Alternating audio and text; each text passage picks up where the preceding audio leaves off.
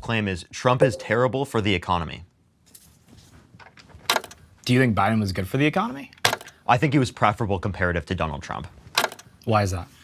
Well, I think he's preferable specifically because of his bipartisan infrastructure bill, his CHIPS and Science Act, the PACT Act, the Inflation Reduction Act. I think those are all beneficial specifically to people in need, and that obviously is going to create better off circumstances for our economy, more stable for working class people. And I think Donald Trump's policy is incredibly destructive. His tariff policy causes prices to go up, it causes the GDP to slow, and it causes a worse off labor market for people who are trying to get employed. And oftentimes the response is, oh, well, it's going to increase domestic manufacturing. Well, real domestic manufacturing investment has actually declined since Trump got in office. And not only under this term, but under his first term, we saw a decline. And under Biden, we saw massive growth because of the policies that I just mentioned. So if you specifically want to talk about the economy, I think that the best way to actually address this is by saying, what policies did they pass? What was the effect of those policies? And really, how does that impact the average American?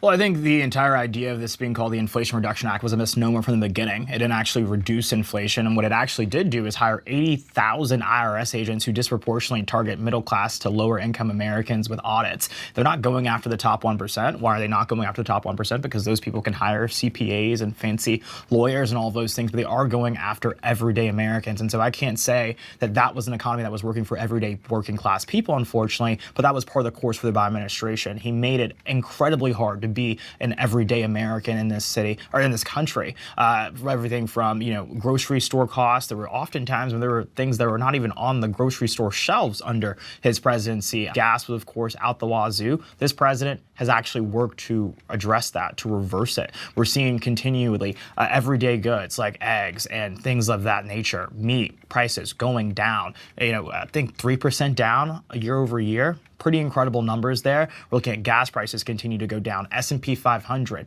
hitting record high this year under this president. So I think that this president is actually doing what he said he would do, which is bring down costs. He's making it more affordable to be an American. And again, the people elected him because they realized just how terrible Biden's economic policy was. And they realized that we could not endure 4 more years of that or 4 more years of the TV version of that from Kamala Harris.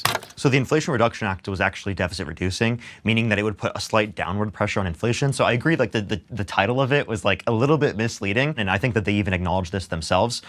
Really, it was about investment in renewable energies and also like making it more affordable for people to be able to get access to insulin if they're on Medicare, for everyone on Medicare, not just for parts of Medicare like it existed under Trump. So I think that's a specific good policy. And then in terms of the audits, income tax is disproportionately progressive, right? So meaning that if you make more, you pay more into the system, meaning that if they're going to go after greater levels of revenue, they're going to go after people who are rich. So I have yet to see any evidence that the audit specifically invoked by the Inflation Reduction Act specifically targeted working and middle class individuals to a greater extent. I'd love to address that if that's actually true.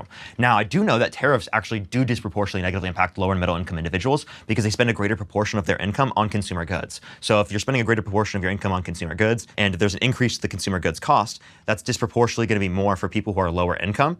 So as a percentage of their income. So I think it's a regressive tax that harms working class Americans. And I think that that's not good for our economy. Now, in terms of the overall jobs, in terms of the inflation with eggs that you're bringing up, eggs specifically, that's because of bird flu, has nothing to do with Donald Trump's policies or anything like that. If you want to look at the overall economy, inflation has gone up since Trump got in office. Gas prices have gone up since Trump got in office.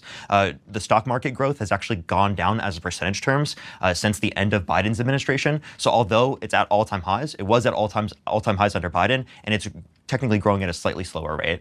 It's not that much of a difference, so I'll give you that, but it's still a difference to note. And then alongside the fact that real GDP growth has slowed, real median wages have slowed in terms of their growth. So that's also a huge issue. It's actually estimated that's going to be around 1% real GDP growth for this next quarter that's upcoming, which slows, that's actually massive slowing of growth because it was 3.8 for the prior quarter and it was negative 0.6 for the quarter even prior to that. So we have lower real GDP growth since Trump got in office, and we see that extended because of a lot of the different policies that he's engaging in. Now, it's not 100% determined by his policies, but it's heavily influenced by it, and it's definitely worse because of him comparative to what it would be if Democrats were in office.